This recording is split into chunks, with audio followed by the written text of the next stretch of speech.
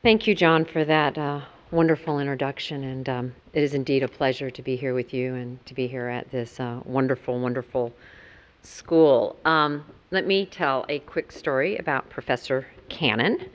Um, tell a story about how he set something in motion almost 20 years ago that now has the U.S. Congress embroiled in a fierce debate over the authority of the EPA. So you heard that John and I worked together at the EPA, and back then, as you heard, as it is now, EPA was under a lot of attack from Congress. And one of the people leading these attacks was a gentleman named Tom DeLay. He was then the House Majority Leader. You may remember him from Dancing with the Stars, where he didn't do so well. But as administrator, I would be frequently called up to testify before Congress, and Mr. DeLay was on one of our important committees, and one day he was peppering me, grilling me with questions about greenhouse gases, and then he started accusing me of regulating greenhouse gases, and finally I looked at him and I said,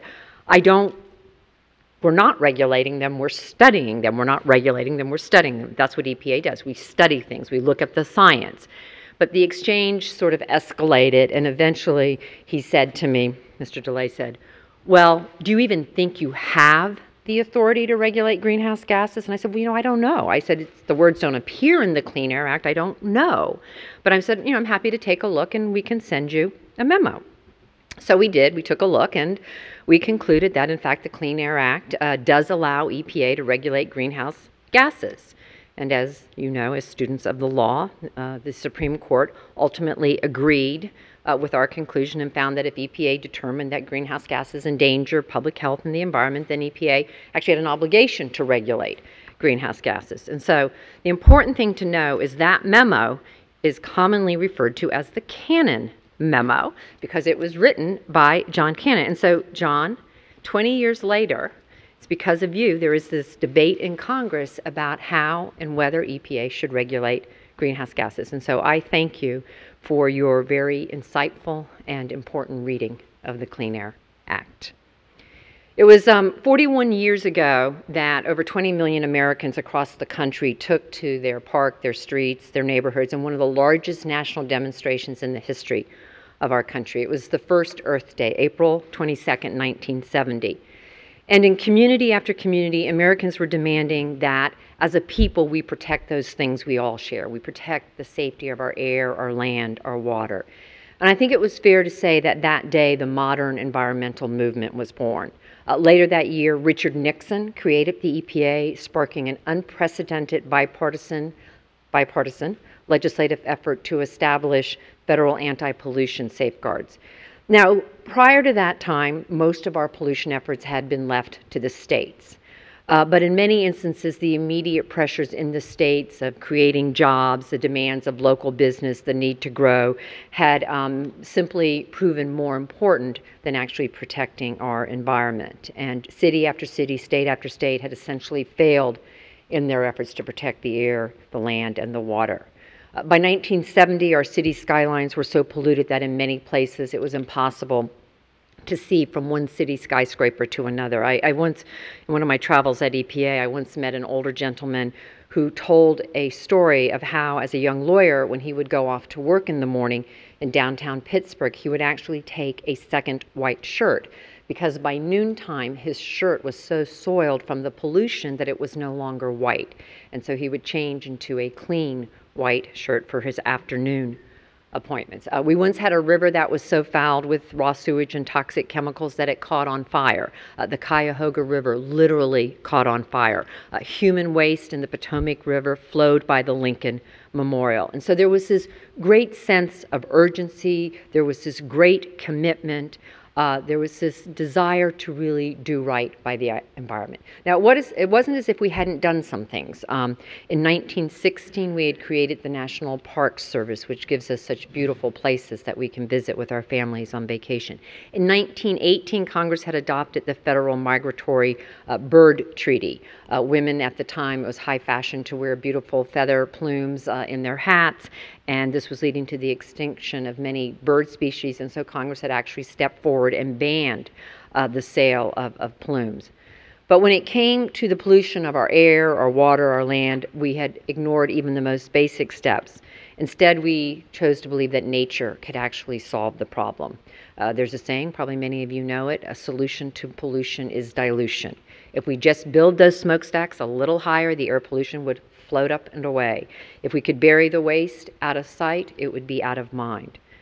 But with the first Earth Day, the nation began the difficult task of cleaning our environment. We set out to protect the world we live in and the one our children will inherit.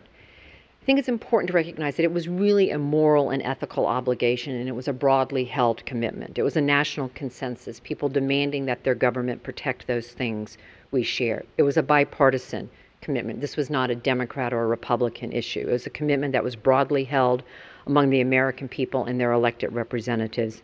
It was in some ways it was becoming a core American value. It's fair to say that we've made a lot of progress in those 40-some years. Our skies are certainly clearer, our water is cleaner, the toxic waste dumping has been banned, the hole in the upper ozone may actually be healing. And because John mentioned some of the decisions we made during the 90s at EPA, cars and trucks run cleaner, toxic fumes from 18-wheelers and trucks are vastly reduced, our air is improving, but it doesn't mean we're done, and it doesn't mean that there's not more to do.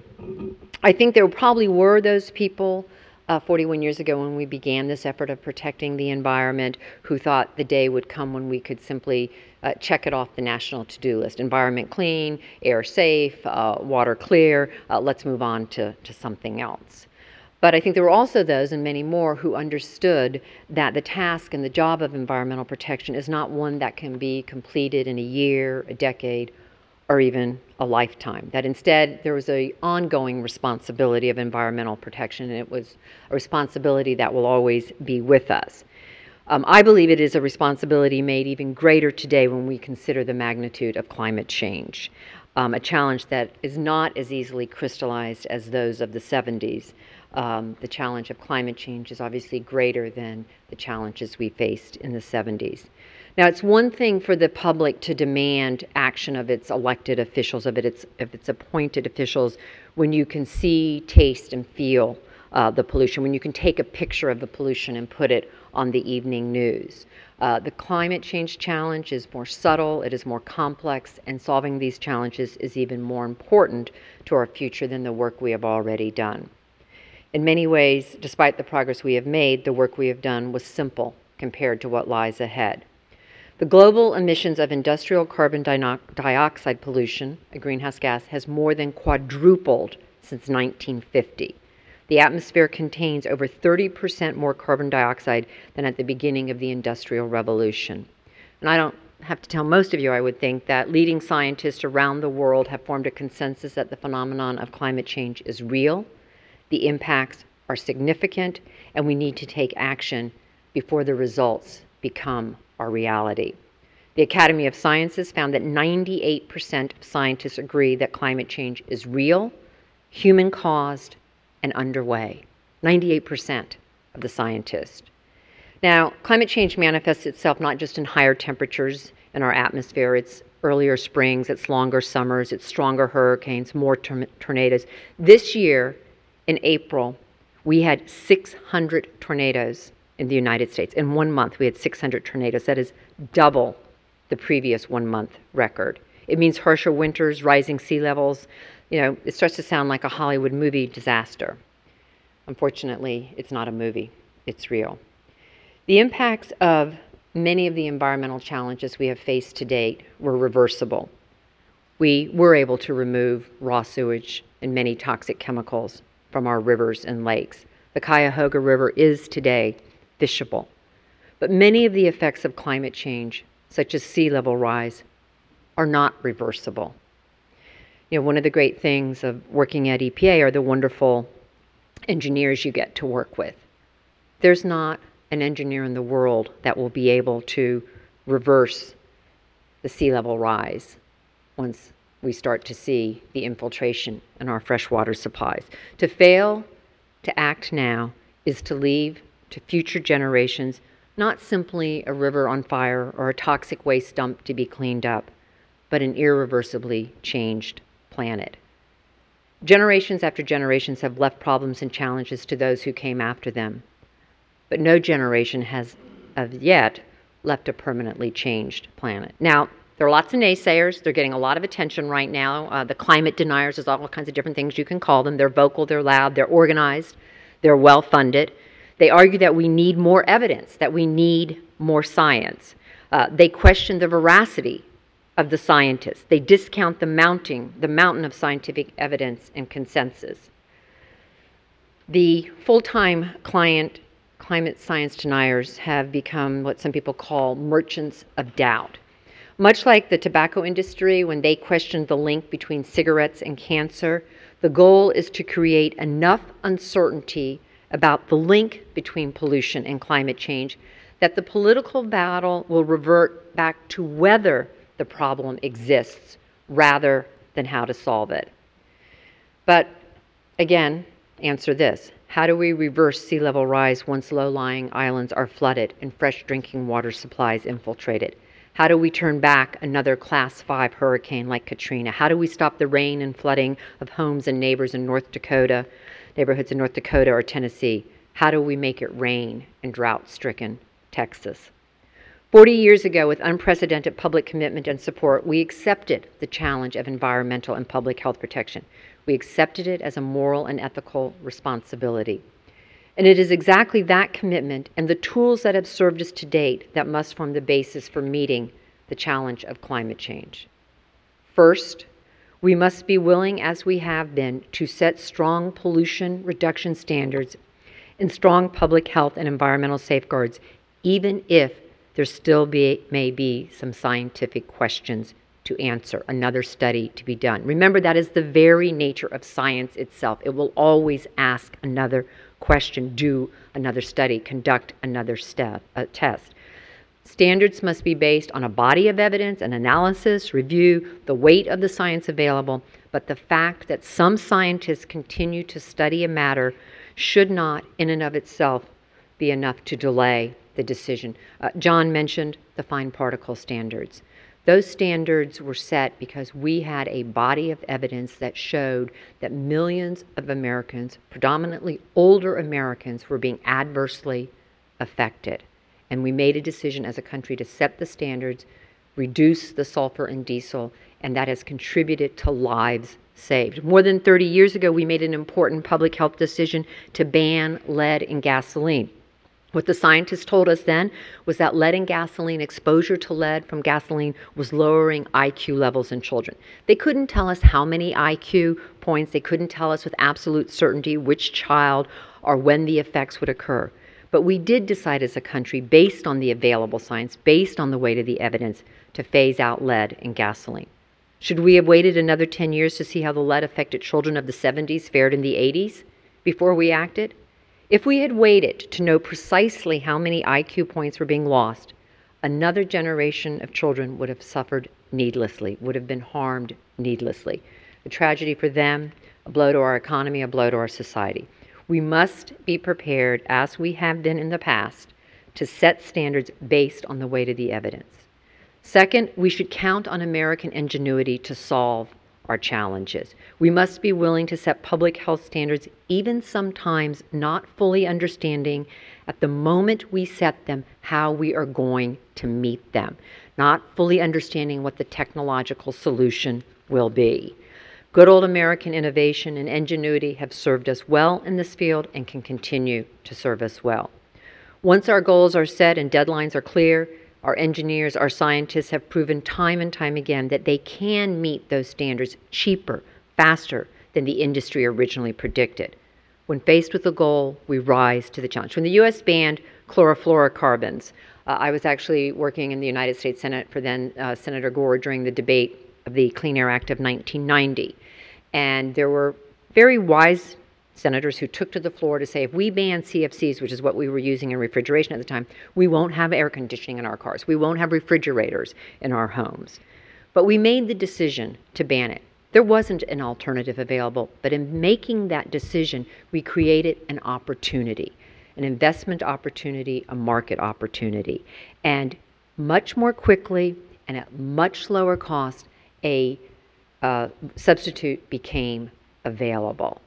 And this race to market was a good thing. People created jobs, they created new industries, they created new opportunities. So we have to be willing to set standards when the science tells us, even if we don't know precisely how we will meet it.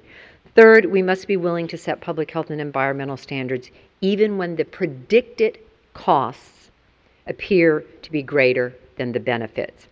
What we found, again, when we look back over history, is that time and time again, the benefits of reducing pollution are generally greater than originally estimated, and the cost significantly less. Acid rain is a great example. 25 years ago, there was a lot of debate in this country about reducing acid rain. It was destroying our forests, it was ruining our lakes. The electric utility industry did an analysis of what it would cost for them to reduce acid rain, to reduce SO2, which causes the acid rain. And what they concluded is it would be approximately $1,000 per ton of sulfur dioxide reductions. EPA did a study, John was probably there, it was before I was at EPA, and EPA concluded that it would be about $600 per ton. Well, we've actually significantly reduced SO2 in this country, and we've done it for about $200 per ton. And so what we learn is that we get smarter, that the costs become less than we originally anticipate, and the benefits become greater. EPA recently concluded a study of the total health benefits of the Clean Air Act over a 20-year period beginning in 1990. And what they found is that the benefits outweigh the cleanup cost almost 20 to 1. And the benefits are not just cleaner air or safer water, better public health. There can also be new jobs. When we set new requirements, someone is going to design the scrubber, someone is going to have to build it, install it, maintain it. All good American jobs. Last month, the National Journal determined that industry arguments that say that installing scrubber technology at power plants would cost jobs were inaccurate, and instead that each scrubber could create more than 1,000 jobs. Now, I want to be clear. I do think that cost benefit is an important analytical tool. I think we started doing them when I was at EPA in a robust manner. I think the agency should continue to do them. It should inform the debate. It should inform the decision, but it should not be the sole basis for setting a standard. If we do that, we simply sell ourselves short if we limit our environmental and public health protections to only those where it can be clearly demonstrated on the front end that the benefits outweigh the costs. Now, sadly, we seem to have returned to an old argument in Washington, and I guess across the country, that somehow or another we have to choose between our economy and the environment, that we have to choose between livelihoods and our lives, that we can't have both a healthy environment and a strong economy. If we've learned anything over the past 40 years, it is that we don't have to choose. I recognize we're in difficult economic times. Obviously, everyone recognizes that. But I had the opportunity to serve 8 years in administration, began with some difficult economic times, was able to reverse those and set the toughest public health and environmental standards that had ever been set in the history of our country. We do not have to choose. And in fact, I believe that a strong, healthy economy helps protect the environment, and that a protected, clean environment helps grow the economy. In Congress, we need to address our energy and climate challenges. Unfortunately, what we have right now is nothing but a bipartisan spat. All we do is argue in Washington, with both political sides seeking political advantage instead of working on consensus solutions. Gone are the days of bipartisan belief in the need to protect public health by protecting the environment. So what changed? Why did the politics of environmental protection change? What happened to the days of bipartisan support? I think it's two things. I think it's money, and I think it's television. Getting elected costs a lot of money these days. John mentioned that my husband is here. He served in Congress. He was elected at 25. In 1974, when he first ran for office, it cost him $60,000 to be elected to a congressional seat on Long Island in New York.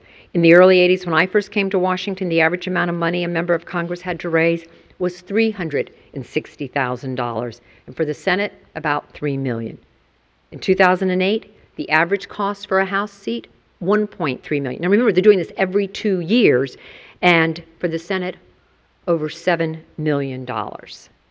And now we have the the Supreme Court decision in Citizens United, which is putting us into uncharted territory. What the experts are saying is the outside money that will be spent in key congressional and Senate races will be even greater than, more than what the candidate themselves are going to spend. In the last elections, thanks to the new rules, or maybe we could say the lack of rules set by Citizens United decision, industry sources pumped in $1.4 billion into the election cycle, and unions contributed $96 million. We also have a relentless 24/7 news cycle that feeds the fights in Congress. Our political leaders are constantly reacting to issues based on the moment and not on the gravity of the issue or on the long-term impact of the policy. The relentless 24/7 news cycle prevents leaders from creating a narrative or making a sustained argument for taking action or creating new policy. We literally have televised shouting matches separated by commercials for exercise equipment and car insurance. When I, John mentioned, my 8 years at EPA, and there's within a White House, they talk about the president's schedule, and they talk about how many public events will the president do in the course of a given week. And during the Clinton-Gore administration, they would talk about maybe 2 or 3 times when you would actually put the president out and he'd speak on an issue for a period of time, and maybe he'd make a visit somewhere. 2 to 3 a week. In the Obama White House, we were doing 2 to 3 a day. And that is not because we wanted to, that's because the demand of the 24/7 news cycle has changed so dramatically that all of the elected officials, appointed officials, feel this need to constantly be feeding this beast, and you really cannot sustain any kind of narrative. John mentioned the ozone standards and the fine particle standards that we set when I was at EPA. It was literally an 8-month discussion with the American people. We were traveling the country, listening to people. The New York Times reported on it continually. Papers were editorializing on it. By the time we actually made that final decision, many, many people, more than a majority of the people in this country, knew what we were talking about. They had been part of a conversation. EPA recently considered setting a new ozone standard. I don't think 10% of the American people knew EPA was even considering it. It has become very, very hard to sustain a conversation, a narrative about what we need to do in this country. Now, one of the things I have been very committed to, and one of the reasons I chose to go back to the White House, the president created an office that had never existed before, and I went back to set that up and run that, is because I really believe we need a different energy future for our country. We need a clean energy future that we can build a clean energy economy, and that in doing that, we can reduce greenhouse gas emissions. And in order to do that, what we need are the right public policies. And I've talked about the tools and the mechanisms we've used to set those requirements, to establish those policies. But we've also have a long history in this country of making investments in new technologies. It's a proud history of supporting our nascent industries. In 1913, when we wanted to build the oil and automotive industry in this country, we established a whole set of favorable tax policies, and we made really important investments in that industry. 100 years later, we are still making investments in those two industries to the tune of $4 billion a year for just the oil and gas industry. That is what their tax breaks amount to. In the 1940s, we decided that nuclear technology should be an important part of our energy future, and we provided subsidies and tax incentives that continue today. Why won't we make the similar long-term commitment and investments in clean energy sources? If we do that, we can build a different energy future, we can reduce greenhouse gases, and we can put millions of Americans to work. The solar industry, this is technology we invented here in the United States, is a little known fact, is today a net exporter of technology, net exporter, nearly $2 billion in exports last year to Europe and even some to China. But imagine how far we could go with our solar industry if we had a renewable energy standard. If we said that 15-20% of all the energy we generated in this country would come from renewables. Imagine how far we could go if we would make some modest tax adjustments. Right now, the solar industry will get a tax adjustment until 2016. They are literally getting it on a 2 or 3 year increments. Remember, the oil industry, more than 100 years of favorable tax policies. We need to make these kind of investments if we want to grow these industries. So what have we learned from our work of the last 41 years? That the environmental laws of a generation ago were wisely structured on a simple premise, a moral, ethical belief that we should protect those elements vital to our life, our air, our water, our land, our health. And that once having made the decision to protect public health by protecting our environment, we were able to figure out the most cost-effective, common-sense way to meet that commitment. And so it should be with climate change. We must rededicate ourselves to solving this challenge, to set the standards based on the best available science, and then work together to find the solutions, just as we have done before. Now, I'm not suggesting this will be easy, but I do believe it is really important to begin. That further delay will only make it more difficult and expensive. And that even though the challenges of climate change are greater than any other environmental challenge we have faced, I do want to say that I believe we will rise to the challenge, that failure is simply not an option, and that we will not be the first generation to leave to another a problem they cannot solve.